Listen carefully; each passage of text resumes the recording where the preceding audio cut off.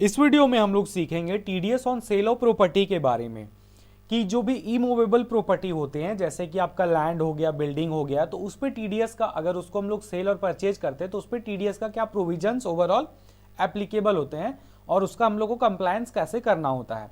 तो सबसे पहले देखते हैं कि आखिर इस पे जो भी रूल्स और रेगुलेशंस है वो कैसे काम करता है। ठीक है, तो यहाँ पे देखिए क्या बोलता है कि the finance act 2013 introduce section 194A। मतलब क्या है कि TDS on sale of property जो है वो किस सेक्शन के अंतर्गत आता है, या था 194IA के अंतर्गत। नेक्स्ट क्या है कि एप्लीकेबल कब से हुआ है, तो with effect from 1 June 2013 where TDS is applicable on sale of immovable property where the sale consideration of the property is equal to or exceeds ₹50 lakhs। यहां पे थोड़ा सा ध्यान देने वाला ये बात है कि सेल ऑफ इमूवेबल प्रॉपर्टी किसको बोलते हैं, तो इमूवेबल प्रॉपर्टी का मतलब होता है जो मूव नहीं होता, जैसे लैंड हो गया, बिल्डिंग हो गया, इसको क्या हम लोग एक जगह से दूसरा जगह लेके जा सकते हैं, नहीं। तो इस तरह का जो भी एसेट्स होते हैं, जो भी प्रॉपर्टी होता है, उसको हम लोग इमूवेबल प्रॉपर्टी बोलते हैं। और इसका जब हम लोग सेल और परचेज करते हैं तो at the time of consideration हम लोग को उसका वैल्यू देखना होता है कि अगर उसका जो वैल्यू है वो 50 लाख या फिर 50 लाख से अबव, ऐसा नहीं कि 50 लाख तक है तब तक कुछ नहीं करना है, नहीं। अगर 50 लाख है या फिर 50 लाख से अबव है तो उस पर आपको क्या करना पड़ेगा, 1% should be deducted by the purchaser. यहाँ पे सिंपल सा बात है कि टीडीएस किसके द्वारा डिडक्ट किया जाता है, जो पेमेंट करता है ना। तो यहाँ पे पेमेंट कौन करेगा, बायर करेगा। तो बायर के पास लाइबिलिटी है कि वो जब भी पेमेंट करे तो 1% जो है वो टीडीएस डिडक्ट कर ले, है ना। नेक्स्ट क्या है कि at the time of making payment of sale consideration, कब, जब परचेज जब बायर है जब पेमेंट करेगा तो उस टाइम उसको 1% टीडीएस डिडक्ट कर लेना है।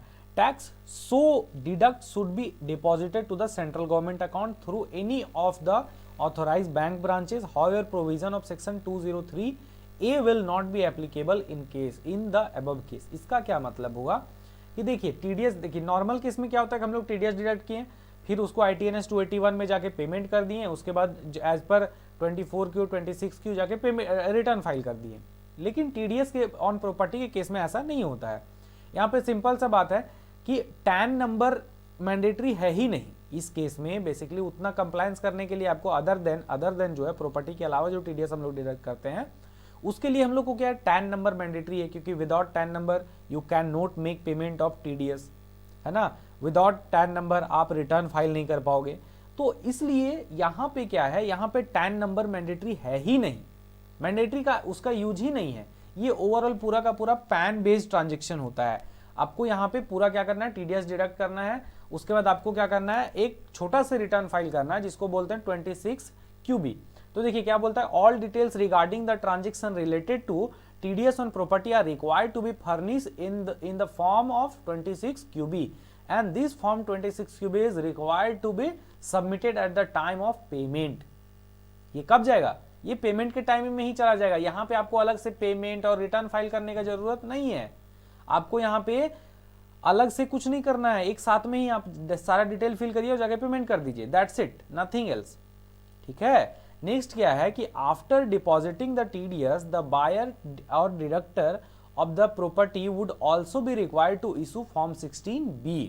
अब लेट सपोज अदर देन अगर हम लोग टीडीएस देखते हैं तो उसमें क्या होता है, सबसे पहला डिडक्शन होता है, उसके बाद पेमेंट होता है, उसके बाद रिटर्न जाता है, उसके बाद वहां पे फॉर्म जो है सर्टिफिकेट इशू किया जाता है। तो उसी केस में यहाँ पे भी है। यहाँ पे सिंपल सा बात है, अगर वैल्यू 50 लाख से या 50 लाख से ऊपर है तो 1% टीडीएस डिडक्ट करना है। कौन डिडक्ट करेगा, जो पेमेंट करेगा। पेमेंट कौन करेगा, तो बायर करेगा। अब जब बायर करेगा तो पेमेंट तो कर दिया, टीडीएस डिडक्ट कर लिया। अब जब डिडक्ट कर लिया तो उसी समय उसको क्या करना है, उसी समय उसको रिटर्न फाइल करना है, एक फॉर्म फिल करना है जिसका नाम है 26QB, और उसी समय उनको पेमेंट करना है। वहां पे पैन नंबर जो परचेजर हैं, सॉरी जो सेलर हैं, उनका पैन नंबर वहां देना है और ये सारा चीज वहां पे फिल करके आगे बढ़ना है। उसके बाद क्या करना है, फॉर्म 16B जो है वो इशू करना है। कौन इशू करेगा, तो the person who will deduct TDS. तो डिडक्ट कौन करेगा, तो बायर करेगा, है ना। तो इस तरह से उनको एक सर्टिफिकेट इशू करना होता है। तो चलिए हम लोग देखते हैं कि 26QB कैसे फाइल होता है। ठीक है, अब हम लोग यहाँ पे देख लिए कि प्रोविजंस क्या होता है। यहाँ पे एक चीज और ध्यान में रखना है कि इमूवेबल प्रॉपर्टी में यहाँ पे जो एग्रीकल्चरल लैंड होता है उसको यहाँ पे इंक्लूड नहीं किया गया है, वो इससे एग्जेम्प्ट है ना। यहाँ पे नॉर्मली क्या है कि जो एग्रीकल्चरल लैंड नहीं है उसको ही यहाँ पे लिया गया है। तो आगे हम लोग चलते हैं कि 26QB हम लोग कैसे फाइल करते हैं। तो नॉर्मली हम लोग को एकदम सिंपल सा बात है, ITNS जहाँ से हम लोग पेमेंट करने जाते हैं वहीं से आपको क्या करना है, जैसे ITNS 281 होता है, ITNS 280 होता है, देखिए वापस से वहीं ले आया TDS पेमेंट वाला, है ना। तो आप यहाँ से नीचे जब जाइएगा तो आपको एक मिलेगा TDS on property form 26 QB, यहाँ पे आपको क्या करना है, प्रोसीड पे क्लिक करना है, payment of TDS on sale of property. इस पे जैसे ही आप क्लिक करोगे तो आपके सामने 4 स्टेप्स ओपन होंगे, टैक्स पेयर इन्फो, एड्रेस डालना है, प्रॉपर्टी डिटेल डालना है, पेमेंट इन्फॉर्मेशन डालना है, ठीक है। तो यहाँ पे आपको ध्यान क्या देना है, आपको ध्यान सिंपल सा देना है कि जो डिडक्टी है, ठीक है, जिसका पैसा डिडक्ट होगा, जो सेलर होगा, यहाँ पे इस केस में जो सेलर होगा वो कंपनी है या फिर अदर देन कंपनी है, तो मोस्ट प्रोबेबली आपको अदर देन कंपनी मिलेगा। अगर कंपनी होगा तो कंपनी सेलेक्ट कर लीजिएगा, ठीक है। नेक्स्ट आपको फाइनेंशियल वगैरह असेसमेंट वगैरह कुछ नहीं चूज करना है। यहाँ पे देखिए 800 ऑटोमेटिक चूज रहेगा, TDS on sale of property ये आपको चूज करना है, रेसिडेंट और नॉन रेसिडेंट। रेसिडेंट है तो रेसिडेंट के केस में आप यहाँ पे चूज करिएगा।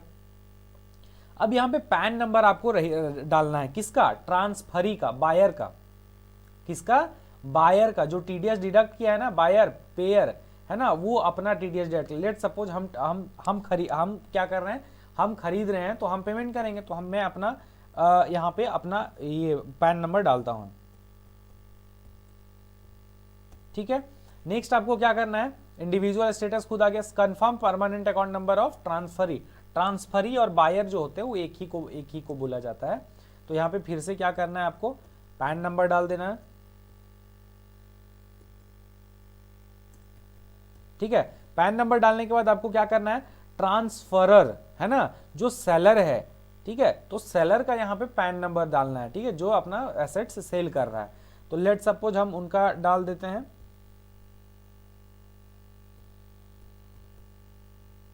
ठीक है, उनका पैन नंबर डाल दिए, वो इंडिविजुअल आ गया। नेक्स्ट क्या, full name, masked of transfer, confirm permanent account number of transferor, उनका फिर से पैन नंबर डालना है।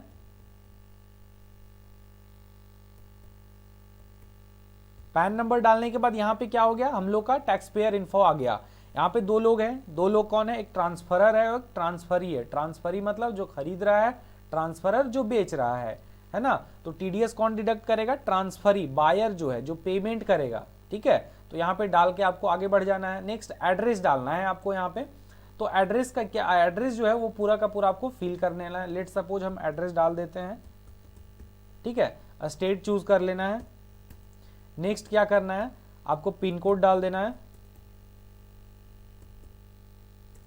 पिन कोड डालने के बाद आपको क्या करना है, ईमेल आईडी डाल देना है।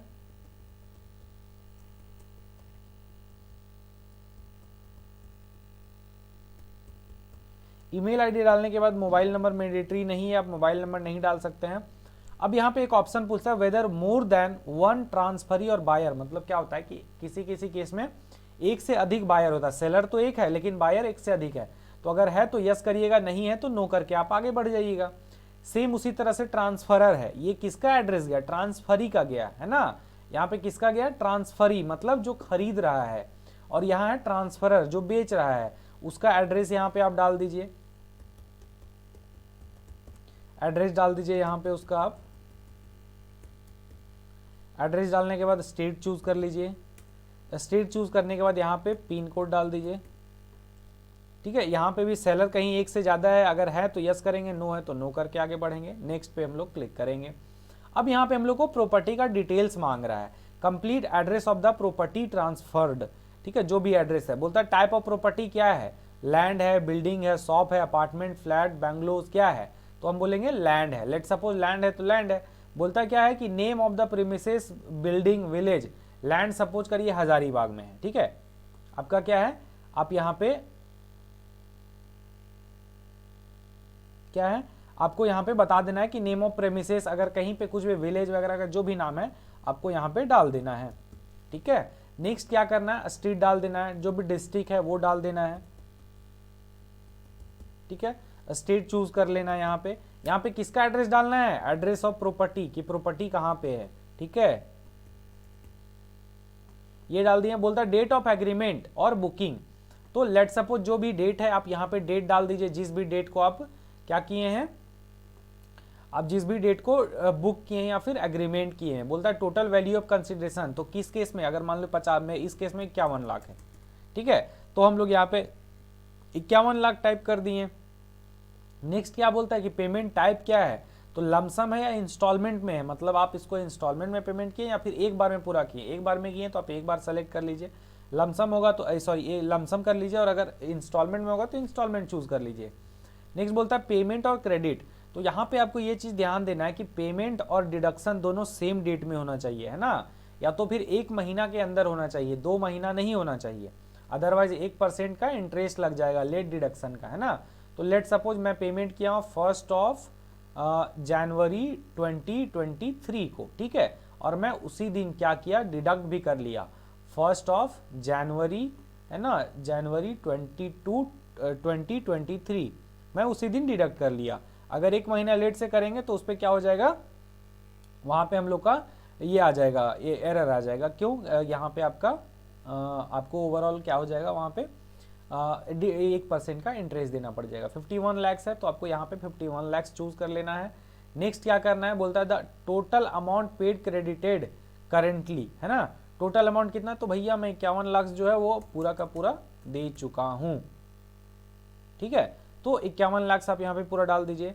नेक्स्ट आपको क्या बोलता है कि basic tax TDS amount to be paid, तो 1%, कितना 1%, तो 1% में कितना हो जाएगा, 51,000 हो जाएगा, तो ये डाल देना है। अगर इंटरेस्ट वगैरह, इंटरेस्ट कब डालिएगा पता है ना, जब आप यहाँ पे डेट ऑफ डिडक्शन और डेट ऑफ पेमेंट में डिफरेंस होगा तब। अगर एक महीना होगा तो आपको 1.5% का इंटरेस्ट, 2 महीना सॉरी 1% का इंटरेस्ट, लेट डिडक्शन में 1% लगता है, तो आपको ये चीज यहाँ पे ध्यान रखना है। अब नेक्स्ट क्या करना है, सारा टील फिल करने के बाद आपको नेक्स्ट पे क्लिक करना है। अब देखिए कोई इशू है तो यहाँ पे बता दे रहा है, बोलता है कि whether stamp duty value, stamp duty का वैल्यू जो है क्या बोलता है, whether stamp duty value is higher than the sale consideration, basically इसमें नो ही रखना है, ठीक है। और स्टैम्प ड्यूटी वैल्यू क्या है, तो आपको स्टैम्प ड्यूटी वैल्यू हमेशा जो है 20% से अबव रखना होता है, तो जो भी होता है उसको स्टैम्प ड्यूटी का जो भी होगा वो चार्जेस यहाँ पे आपको मेंशन करना पड़ेगा, ठीक है। मान लीजिए 11 लाख यहाँ पे हम लोग डालते हैं, तो यहाँ पे अब हमको क्या करना है, अगर यहाँ पे अब देखिए क्या आ गया, अब आ गया यहाँ पे पेमेंट करने का, ई पेमेंट इमीडिएट, अगर आप पेमेंट करना है, e tax payment on subsequent date, e payment taxes paid by visiting any other bank, मतलब अगर बैंक के थ्रू आप पेमेंट किए तो ये चीज चूज करना है, और अगर आपको अभी पेमेंट करना है तो ये क्लिक करके आपको बैंक चूज कर लेना है, और यहाँ पे टोटल कैप्चा डाल के प्रोसीड करके और पेमेंट कर देना है। यही था आपका टोटल 26 क्यूबी।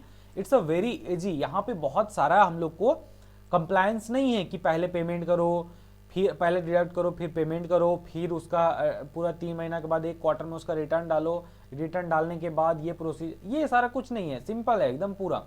तो उम्मीद करते हैं आपको समझ में आया होगा। Thank you so much.